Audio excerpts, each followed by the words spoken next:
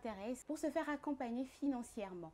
Si ces sujets vous intéressent, prenez place car nous aurons beaucoup à dire sur ce plateau avec notre invité de la semaine. Mais avant tout, je vous laisse découvrir ce reportage conçu spécialement pour ce numéro et je vous donne rendez-vous juste derrière. L'accès aux finances auprès de jeunes entrepreneurs ici dans notre pays nous intéresse de très près dans ce nouvel épisode de votre magazine. Nous en parlons car c'est une réalité à laquelle sont confrontés plusieurs jeunes Congolais désirés de se lancer à leur propre compte. Ces jeunes qui pour la plupart sont remplis d'idées ingénieuses mais n'arrivent pas à concrétiser leurs idées et à mettre sur pied leurs propres entreprises. Notre numéro sera donc porté sur ces difficultés auxquelles font face ces jeunes entrepreneurs mais aussi sur les réalités cachées derrière ces difficultés auxquelles ils font face. De retour sur ce plateau avec notre expert de la soirée, M. Olivier Fidami. Bonsoir et bienvenue dans notre magnifique et beau plateau. Bonsoir Madame Leila, c'est un plaisir pour moi d'être ici. Merci de me recevoir et bonsoir. Les plaisirs est toujours partagé. C'est votre deuxième fois sur ce plateau, toujours en tant qu'expert. Et aujourd'hui, nous parlons des difficultés auxquelles font face les jeunes entrepreneurs à se faire accompagner financièrement. Mais avant tout, j'aimerais qu'on définisse c'est qui un jeune entrepreneur.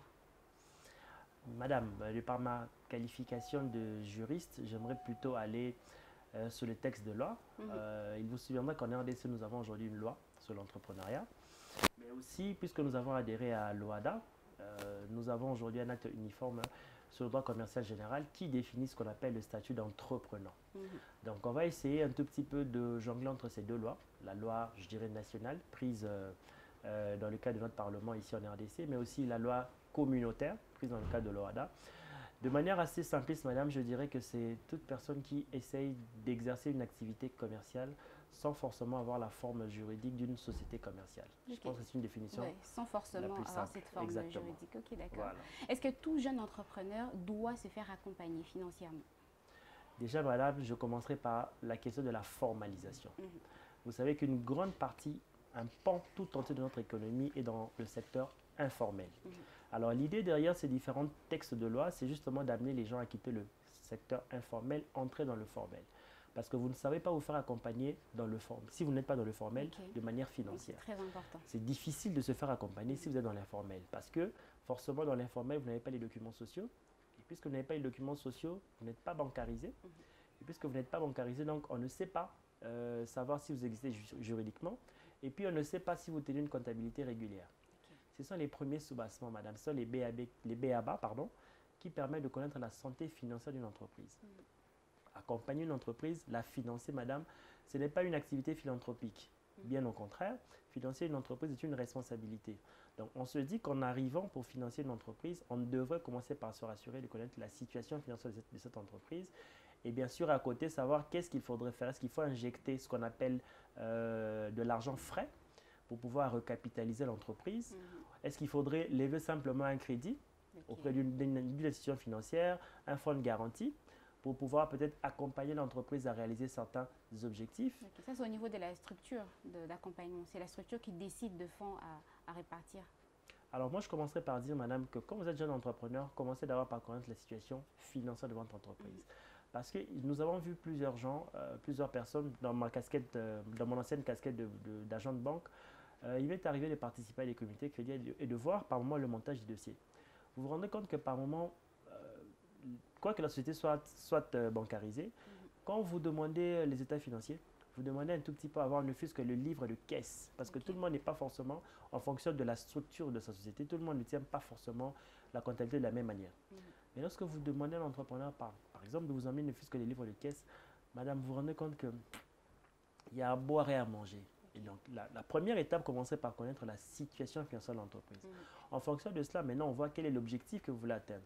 Parce que par moment, vous pouvez prendre un crédit qui peut être au finish ruineux.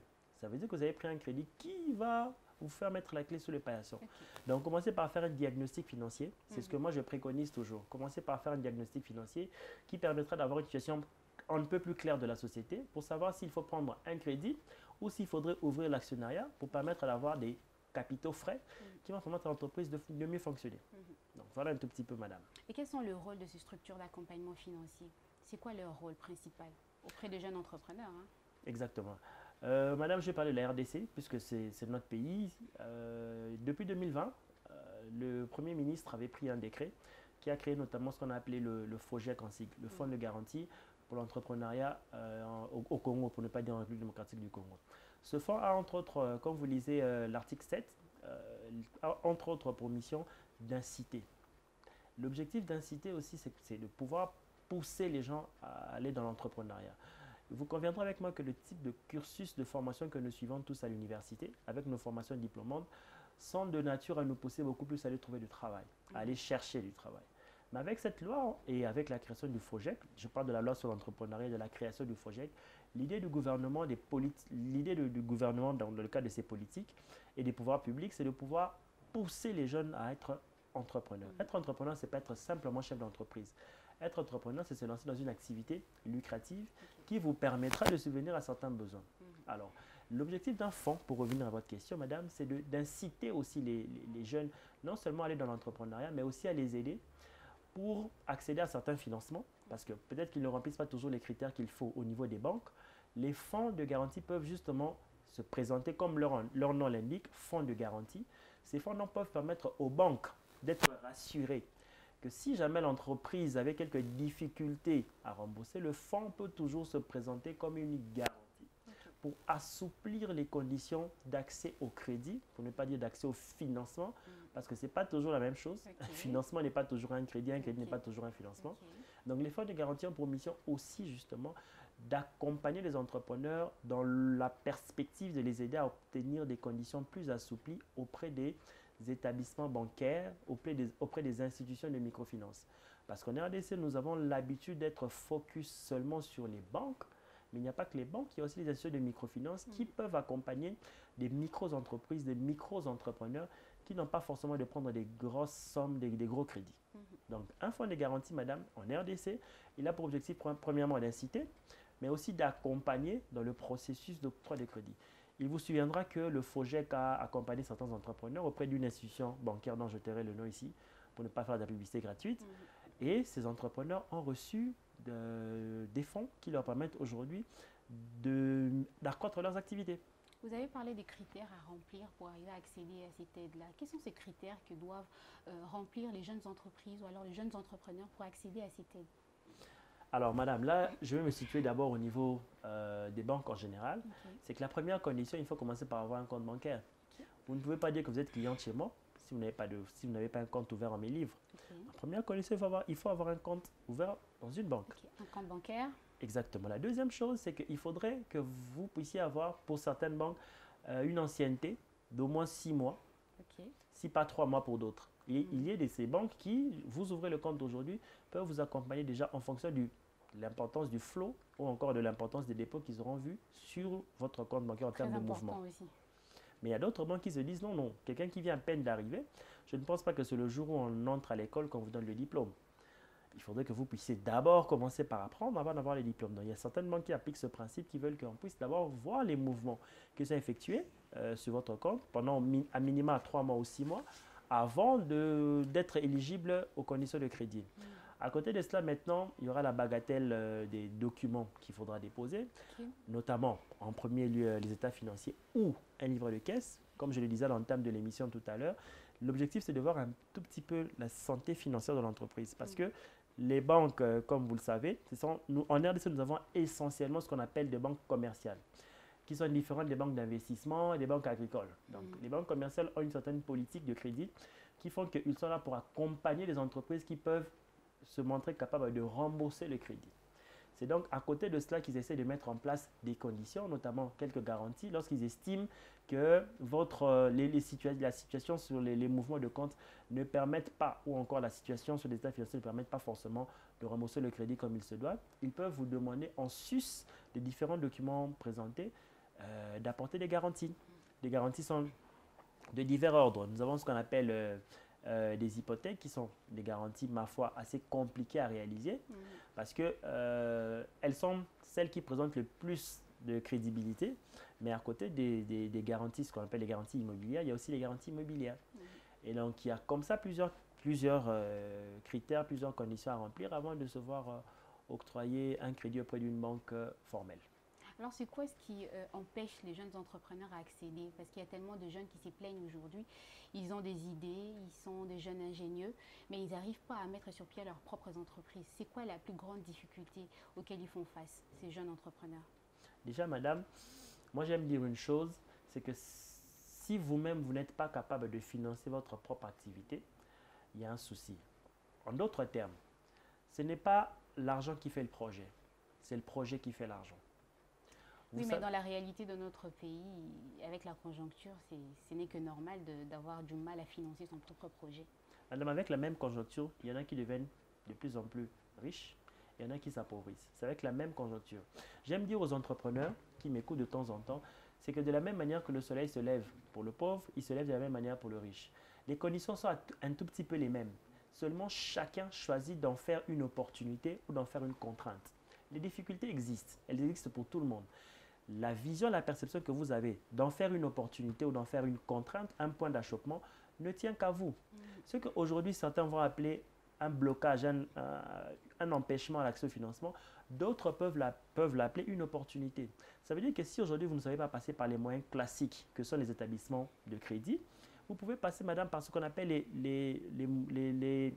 ce qu'on appelle les mouvements de participation. C'est-à-dire quoi? C'est-à-dire qu'il existe aujourd'hui la possibilité de passer par ce qu'on appelle des mouvements de participation qui vous permettent en fait d'avoir accès à de l'argent qui n'est pas dans collectif. Ce qu'on appelle effectivement des mouvements participatifs, c'est que ce n'est pas une banque classique, mais c'est des jeunes qui disons, c'est des structures qui vous accompagnent avec des conditions un peu plus souples, mais qui vous permettent d'avoir accès à certains financements. Donc, vous avez des types qu'on appelle les business angels. Ça veut dire qu'il y a quelqu'un qui peut accepter de prendre votre projet, de vous accompagner. Vous avez aussi ce qu'on appelle les crowdfunding. C'est aussi notre forme de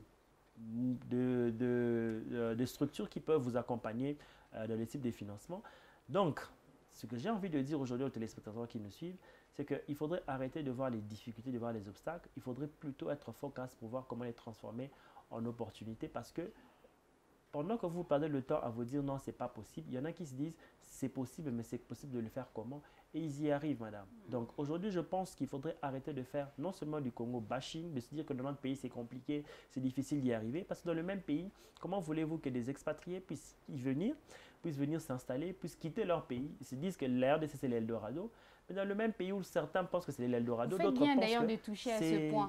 On a l'impression que ces étrangers sont beaucoup plus favorisés que nos jeunes entrepreneurs. Ils sont beaucoup plus crédibles. Pourquoi? Favorisés par qui, madame? Moi, j'aimerais dire ceci. Tout part du porteur du projet. Je l'ai dit tout à l'heure que c'était le projet qui faisait l'argent, ce n'est pas l'argent qui fait le projet. Vous verrez ces sujets expatriés quand ils viennent. Regardez dans quelles conditions ils viennent. Mais ils viennent motivés, ils viennent déterminés. Ils se disent qu'ils sont venus à l'aventure, ils sont venus réaliser leurs rêves ici. Mais nous, on se réveille tous les matins, limite pessimiste. Ah, il n'y a pas ceci, il y a coupure d'électricité, il n'y a pas cela. Nous sommes là en train de maugréer.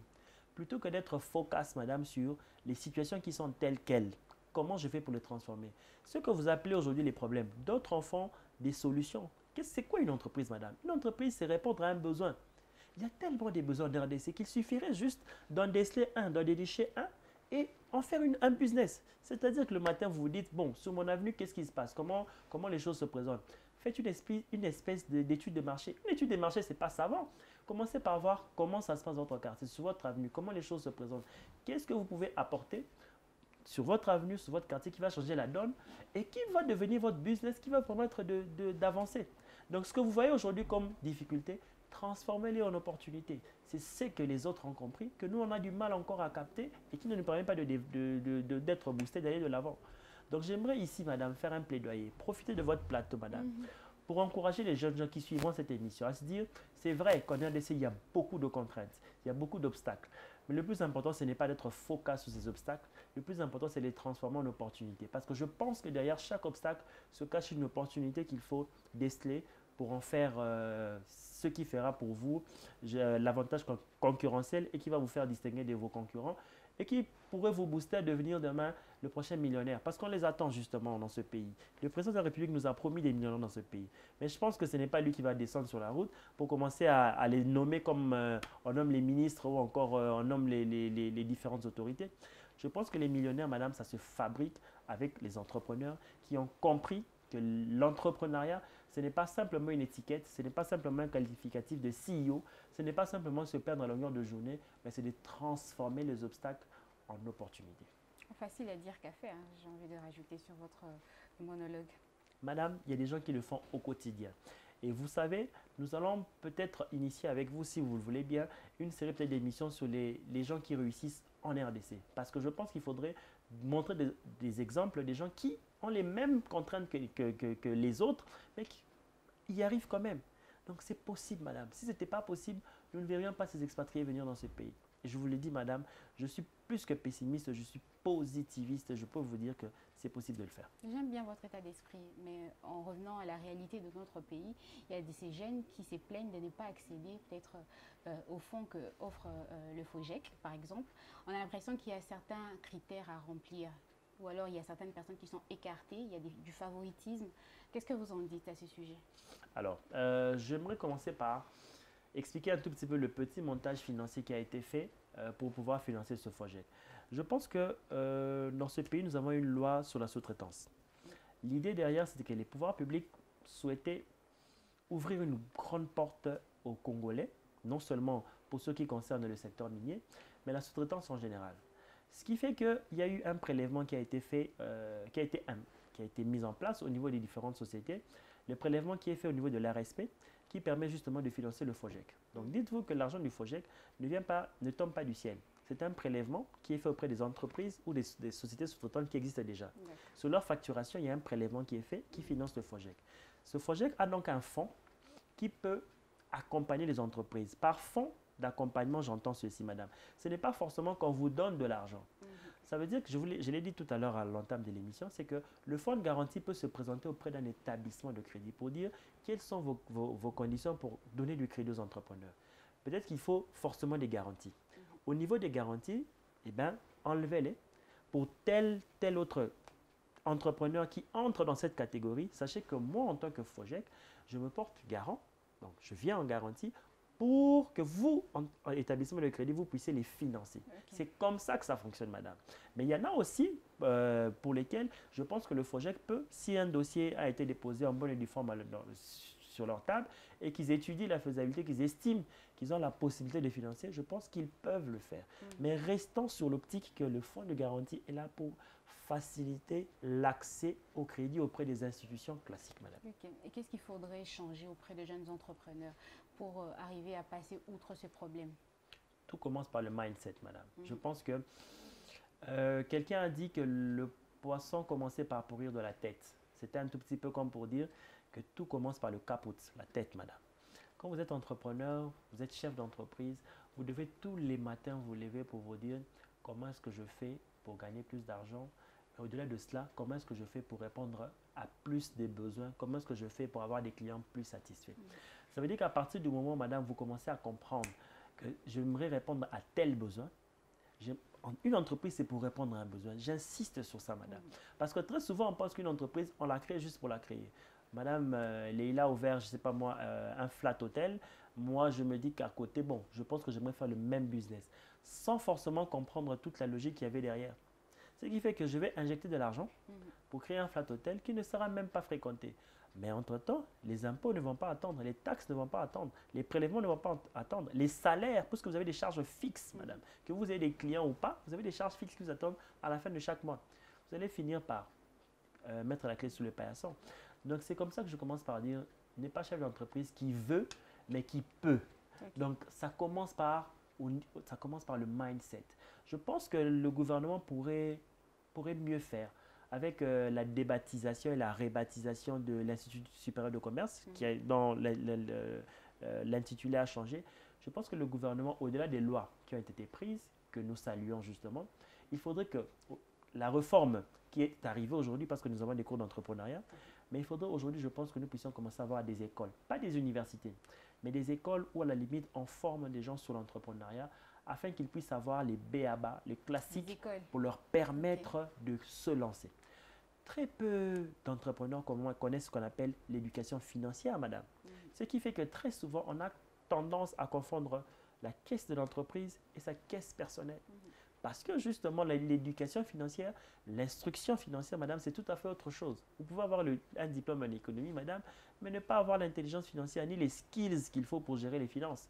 Or, le cœur d'une entreprise, madame, c'est la comptabilité. Vous avez beau avoir les plus beaux logos du monde, vous avez beau avoir le siège le plus impeccable sur le boulevard ou sur la route la plus huppée de la ville. Si, madame, vous ne savez pas maîtriser vos finances, votre entreprise est vouée à l'échec. Okay. Merci à vous, Monsieur Olivier Fidami. Toujours avec vous, on a essayé d'effleurer les subventions, cette aide-là qu'offrent certaines structures auprès des entrepreneurs, de jeunes entrepreneurs, pour les aider à progresser. C'est quoi une subvention? Et quels sont les fonds que offrent ces structures de subventions financières pour arriver à aider les jeunes entreprises? Madame, j'aimerais vous arrêter tout de suite si vous le permettez. Une subvention n'est pas une aide. Okay. En quelque sorte, c'est un accompagnement. Voilà. Je préfère que vous disiez qu'une subvention est un accompagnement. Parce que les modalités ne sont pas toujours les mêmes. Okay. Lorsqu'on veut donner des subventions, je pense qu'on essaie de mettre en place un cadre pour dire quelles sont les personnes qui pourront être bénéficiaires de ces subventions. Et dites-vous que les subventions, ce n'est pas de l'argent qu'on donne comme ça, one shot, et puis c'est fini, on oublie. Non. Par contre, une aide, c'est de l'argent qu'on donne comme ça, les yeux fermés, et puis on n'entend plus rien. Mais une subvention, ce n'est pas une aide, c'est un accompagnement. Un accompagnement, il y a le revers de la médaille. Exactement, derrière. Il y a des critères, il y a des conditions à remplir. Et puis, derrière, puisqu'on vous a subventionné, on attendra aussi quelque chose de votre part. Okay. Aujourd'hui, madame, on a quand même beaucoup de mesures incitatives. C'est vrai que, à mon sens, ces mesures sont un peu plus incitatives pour les expatriés qui doivent venir. J'aimerais quand même que nous puissions être un peu plus focus sur les entrepreneurs congolais. Parce que j'ai comme l'impression que très souvent, lorsqu'on parle du climat des affaires, on a comme l'impression qu'on attend des investisseurs qui viendront de l'extérieur du pays pour venir investir en RDC. Non, il n'y a pas que des investisseurs étrangers ou expatriés. Il y a aussi des Congolais au quotidien qui ont la capacité d'investir dans leur propre pays. Et donc le climat des affaires aujourd'hui tel qu'il a été conçu, on a comme l'impression qu'on veut beaucoup plus inciter les expatriés à venir. Ce n'est pas mauvais. Pas du tout, pardon. Ce n'est pas mauvais. Bien au contraire, il faudrait que nous puissions quand même aussi nous focaliser sur du Made in Congo. Le Made in Congo, ce n'est pas seulement ce qui est fabriqué au Congo, mais le Made in Congo, c'est aussi créer des entrepreneurs congolais qui connaissent les réalités congolaises et qui évoluent en RDC. Et de ce côté-là, madame, je peux vous dire que c'est vrai que nous n'avons pas forcément beaucoup de champions congolais. Moi, j'appelle de tous mes voeux ce que nous, on devrait appeler justement les champions congolais. Nous avons vu le président Olusegun Obasanjo du Nigeria, pour ne pas le citer, qui, avec une certaine politique, a engendré une série de millionnaires. Aujourd'hui, au Nigeria, on en parle. Je ne veux pas citer le nom de Tony Elumelu. Je ne veux pas citer le nom de le monsieur qui a rencontré M. Dangote, pour ne pas le citer non plus, qui a rencontré, je pense, le président de la République très dernièrement. Nous espérons justement qu'avec ce genre de synergie, que nous allons avoir en RDC aussi nos propres Tony Elumelu, nos propres Aliko Dangote. Où sont les champions congolais, madame? Est-ce que le gouvernement pense aussi à créer des champions congolais? Mais j'aimerais aussi dire aux entrepreneurs qui sont déjà congolais, qui sont ici aussi, est-ce que c'est possible de se fédérer, de se mettre en synergie pour pouvoir se fabriquer ce qu'on va appeler nos propres champions, les champions congolais qui feront en sorte que non seulement ils vont servir de boussole, ils vont servir d'exemple pour ceux qui sont derrière, mais aussi à leur niveau, ils vont essayer de hisser un peu plus haut ceux qui sont restés derrière, mais aussi on va construire notre réseau des champions congolais. Vous pensez que, madame, le tissu économique est fait des petites et moyennes industries. Si la plupart de ces petites entreprises et ces petites industries sont tenues essentiellement par des expatriés, madame, le jour où toutes ces entreprises décident de se délocaliser, de partir, qu'en sera-t-il de notre économie? Donc c'est ici l'occasion, madame, d'interpeller les uns et les autres pour comprendre que nous avons intérêt à avoir nos propres champions et que donc l'idée des subventions, pour revenir à la question, c'est que au départ c'est pour inciter, pour accompagner justement aussi les entrepreneurs. C'est donc complètement différent de ce qu'il faut entendre par l'aide, parce qu'une aide, madame, elle est, c'est vrai, un tout petit peu désintéressée, on n'attend rien. Ok. les fonds, y a-t-il de différents fonds qu'on doit affecter à telle ou telle entreprise, tel ou tel entrepreneur? Je ne sais pas, madame, ce que vous appelez fonds qu'on devrait affecter. Parce que déjà, qui doit quoi à qui? En principe, Ces une entreprise… structures d'accompagnement, ils ont des différents fonds ou alors, il y a, comme vous avez dit, il suffit juste d'être éligible et puis on vous accompagne. Déjà, il faudrait commencer. Je pense que très peu savent qu'aujourd'hui, au niveau de l'autorité de la régulation de la sous-traitance dans le secteur privé, il existe toute une direction pour pouvoir aller s'enregistrer. Aujourd'hui, vous ne pouvez pas être dans la sous-traitance et ne pas être enregistré. Donc, vous commencez, vous voulez être éligible à l'RSP, vous voulez être éligible au niveau du FOGEC pour entrer dans les conditions pour que le FOGEC puisse vous accompagner à rencontrer une institution financière classique pour vous aider à octroyer un crédit. Commencez déjà par vous faire enregistrer. Je salue ici le travail qui a été abattu par l'RSP pour essayer de pousser les différentes entreprises qui évoluent dans le secteur de la sous-traitance d'aller s'enregistrer parce qu'il faudrait qu'on commence d'abord par connaître ne fût-ce que le nombre, il y en a combien, nous sommes dans quel secteur, parce que les secteurs sont différents.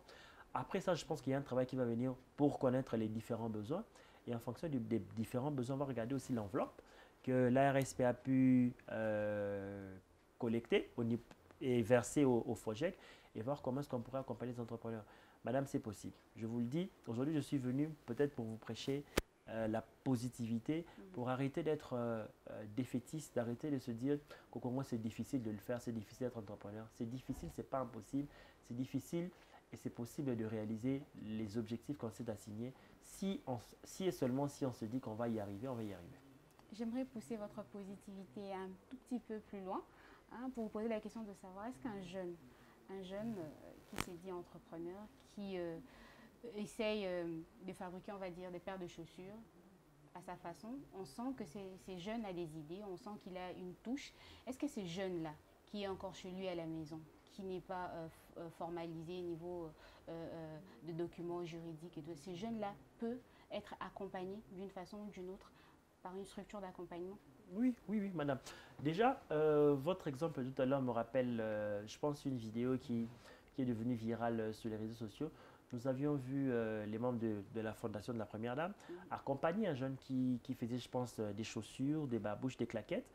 Et je pense que la Première Dame s'est déplacée en personne pour aller en acquérir quelques-uns pour son mari, le président de la République, qui a apprécié et je pense qu'il a été accompagné. Je pense que ça, c'est peut-être un accompagnement assez particulier qui n'arrivera pas forcément à tout le monde.